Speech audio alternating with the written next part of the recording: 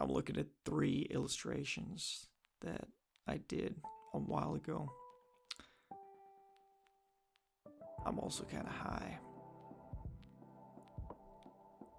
So the first image we have is this squid monster that's eating planets, or eating universes. Yeah, that was the backstory. And he's surrounded by a lot of weird shit. An elephant foot. The logo is covering it, but there's like a wall of eyes behind him. There's also like an egg yolk. Pretty sweet. Next we have a fire guy. Fire beard man guy. That's very... excuse me. Very chill, very freaky. Kind of interesting to look at his eyes, you know. And last but not least, we have a cosmic dragon that is just barfing creativity, wisdom, self-awareness, just imagination everywhere. And he's very colorful.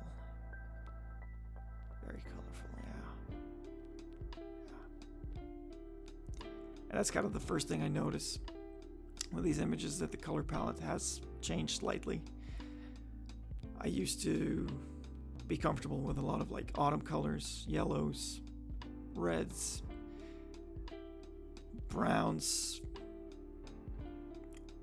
oranges,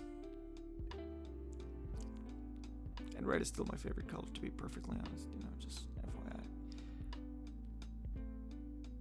But I also started experimenting with greens, with blues, with pinks, and I feel like it's almost kind of a challenge for me to combine colors that usually shouldn't go that well together and really make the image pop, you know. In these, especially in this one, like the fire guy, I'm trying to kind of minimize the shading, I guess, because usually like the trick would be, you know, similar to the cosmic dragon thing, would be to kind of shade the background or make the background very sort of monotone colors, you know, gray, like in this, so the character kind of pops out more. You know, for example, like this dragon is more colorful. And here I was kind of just make the image and no shading the background, although there is, you know, some slight shades here or a little bit, or this one, but gives a shit, you know, maybe here. That's fine. That's totally cool. I guess I'm kind of reminded of the backstory I had for these images. It was kind of Alice in Wonderland meets H.P. Lovecraft's Cthulhu mythos. Let me explain. So picture if you can zoom out of our universe, right? You zoom out of the known universe and you are transported into this place that's sort of like the final barrier of reality. Reality starts and ends in this place. And this magical realm has no laws of physics, and at the same time it has laws of physics. It is a place of endless paradoxes and contradictions, and at the same time everything is possible. Nothing is impossible, and yet at the same time everything is impossible. You know what I'm saying? It's kind of weird trying to explain it, but you know, you get used to it with me. Now, this place, this realm, is populated by these creatures that are so incomprehensible to us, you know, almost like gods, basically. They can just sneeze or blink, and they can destroy an entire universe. Especially this squid dude, you know, this squid dude is actually like eating what's supposed to be universes. All of these are sort of like multiverses, and it's just eating them. But the joke is, because it's blind, right? It's basically just eating universes on random. It has multiple tongues. They just pluck them off of these webbings, and he eats them. So you never know which universe might be next, which reality is going to be kaput. And I also kind of like the abstractions, I guess, of this image when you kind of look at it. Just an elephant foot or a rhino foot. You know, there's a wall of eyes here. There's some scaly things. Yolk. This fire guy honestly doesn't have much of a backstory. He's just shining away. The way. Shining the way, yeah. Finally, we got this guy who's kind of like a demon that's like traveling